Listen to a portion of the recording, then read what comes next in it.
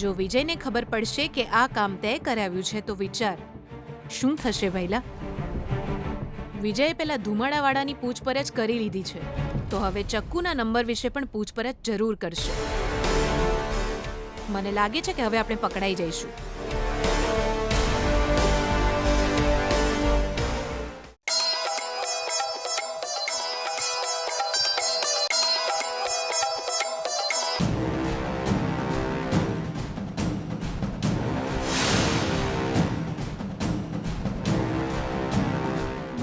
બેના વિજય ફોન કરી રહ્યો છે બેના.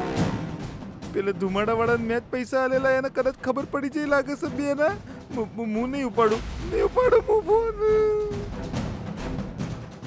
ઓહ, અરે આ મામા ફોન કેમ નથી ઉઠાવતા? મને લાગે છે આપણો ખરાબ ટાઈમ શરૂ થવાનો છે બેના. આ બધું તારા કારણે થયું છે. એટલીસ્ટ ફોન ઉપાડીને શું કામ છે એટલું તો પૂછવું તું. ના હું નહીં ઉપાડું. 100% એને ધુમાડાવાળાને ખબર પડી જાય લાગે છે. એ મને ધુમાડાને જેમ ઉડાડી દેશે.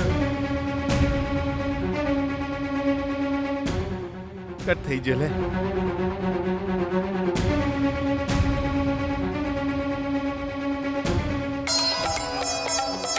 બેના ફરી ગયો.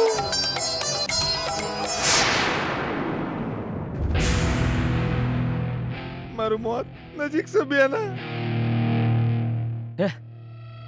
એક પૈસાનું કામ નથી અને વર્તન એવું કરે જાણે બહુ મોટા બિઝનેસમેન હોય. કટ થઈ ગયો.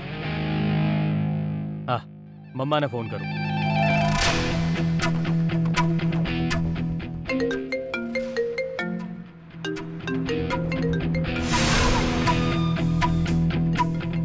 કોણ છે બતાય.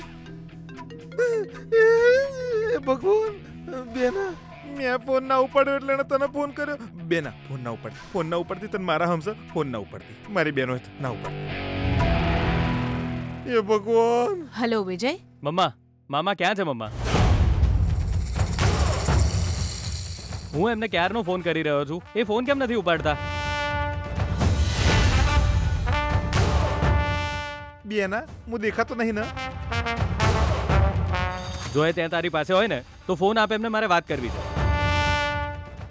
મારા વિશે પૂછે તો કહેતી નહીં હો બેના. ઝાડા થઈ જશે કહી દે.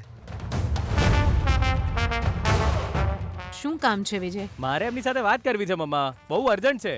ફોન આપ ને તું એમને.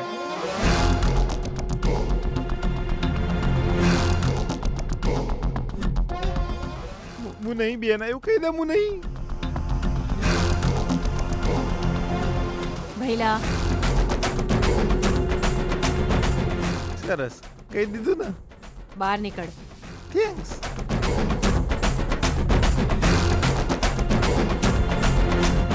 તને મારા પર જરાય દયા નહીં આવતી હે ને બેના.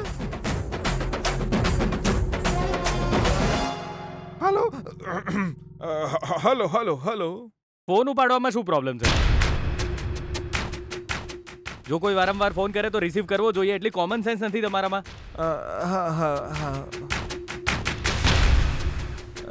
સોરી બેટા બોલ ને. શું થયું હવે? શું થયું ખબર છે તમને?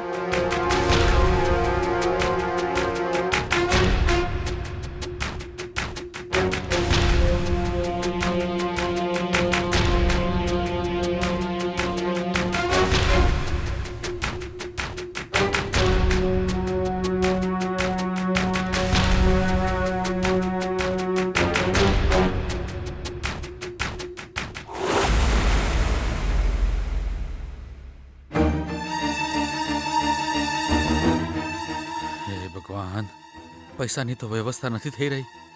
હવે શું કરવું મારે? પપ્પાજી. અરે જમાઈરાજ, તમે ઊભા કેમ છો?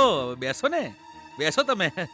તમે જરાય ચિંતા ના કરશો. હું મારી જાત વેચીને પણ લગ્ન કરાવીશ. હા, શુભ કાર્યમાં વિઘ્નો તો આવે જ. આ તો સામાન્ય વાત છે. શું કરવું મારે?